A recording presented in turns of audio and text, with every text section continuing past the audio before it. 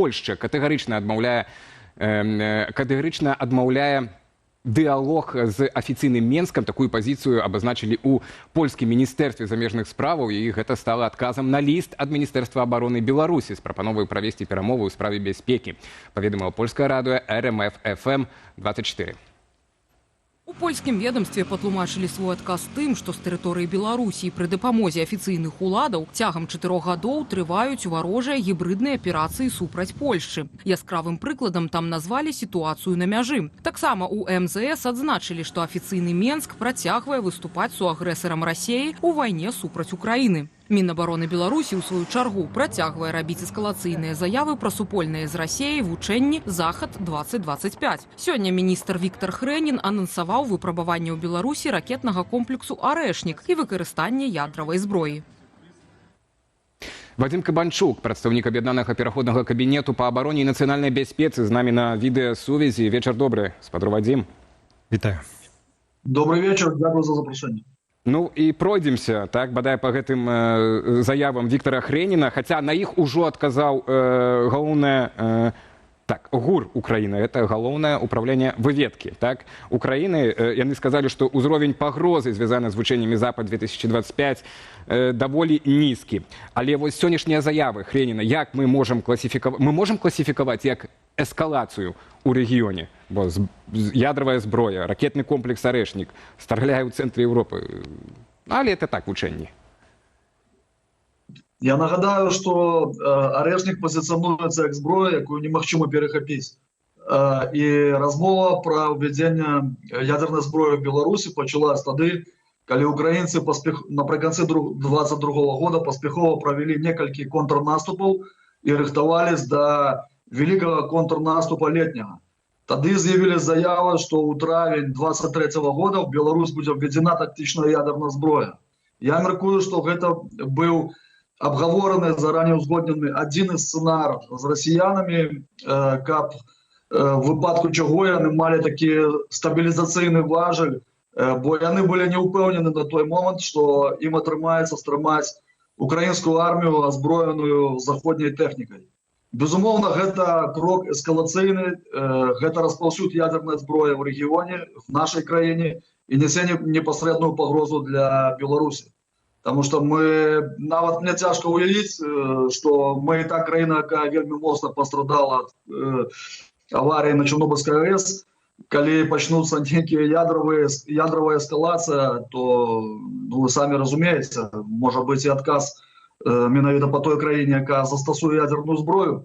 Мы бачым, што Трамп в адказ на гэтае размахванне ядравай пагрозай, ён пачынае рэагаваць таксама. Зусім недавно былі его загады про перасоўванне 2 подводных човнов з ядерной зброей, плюс зараз Британію переместили тактичную ядерную зброю американцам на склады.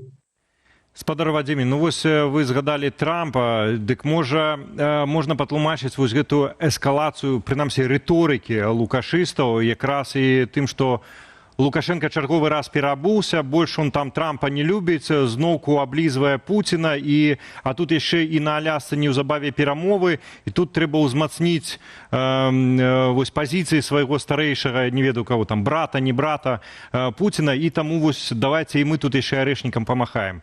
Ці можна так патлумачыць таксама? Безумоўна, Лукашенко, ён ва ўсёй гэтай гульне не суб'ектен, яго просто выкарыстоўвае Расія. Расія найперш выкарыстоўвае Беларусь на такі скрайні сцэнар, я маю на ўвазе пад ядравай эскалацыі, тому што ёсць пытанне удару ў адказ. А па каму будзе наносіцца гэты удар в адказ?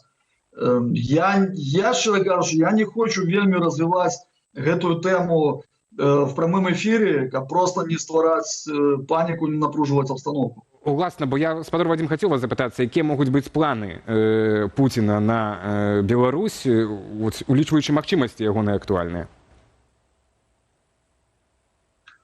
Путин дзейнічае згодна заявленай сваёй канцэпцыі па адкіданню НАТО на межы 97 года, і, безумоўна, ён хоча закончыць справу з Украінай, гэта значыць зрабіць Украіну зноў своим вассалам, позбавить ее державности. И, ну, я уже заявил уже на Мюнхенской конференции еще в 2007 году, обновление Советского Союза, Советской империи, Але гэта ўсцяж откидание НАТО. Але гэта ўсцяж актуальна. Я Ён мяркую, ж сам да, папрасіўся па яго на сустрэчу дзеянню. да Трампа.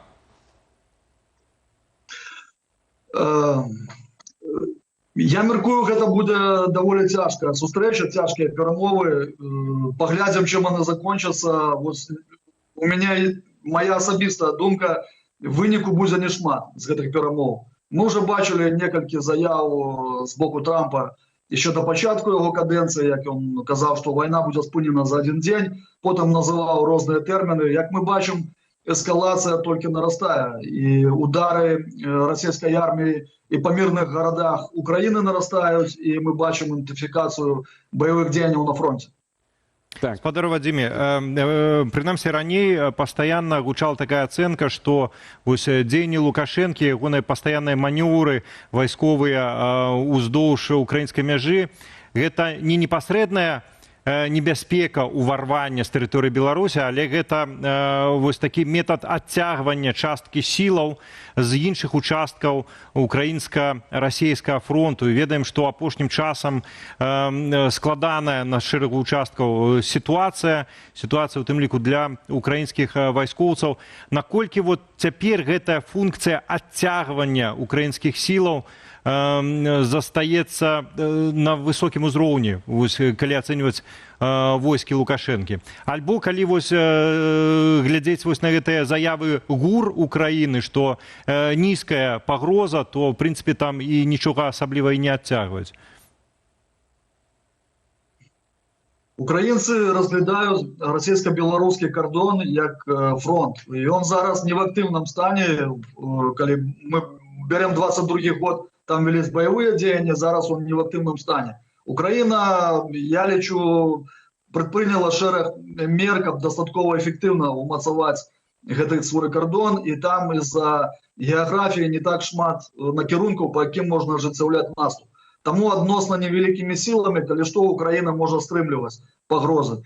При сучасных сродках выведкі групоўка, якая будзе канцэнтравацца в Беларусі, она будзе ўскрыта. І украінцы прыкладна зараз уяўляюць колькасць гэтай групоўкі. Яна для Украіны можа быць, да, створыць пагрозу, калі яны, напрыклад, прыкладна на ўзроўні 22 года сканцэнтруюць тэхніку і жывую сілу. Пакуль мы гэтага не бачым. Але могуць быць тут іншыя выклікі, могуць быць выклікі для рэгіёна, для краін Балтыі, напрыклад.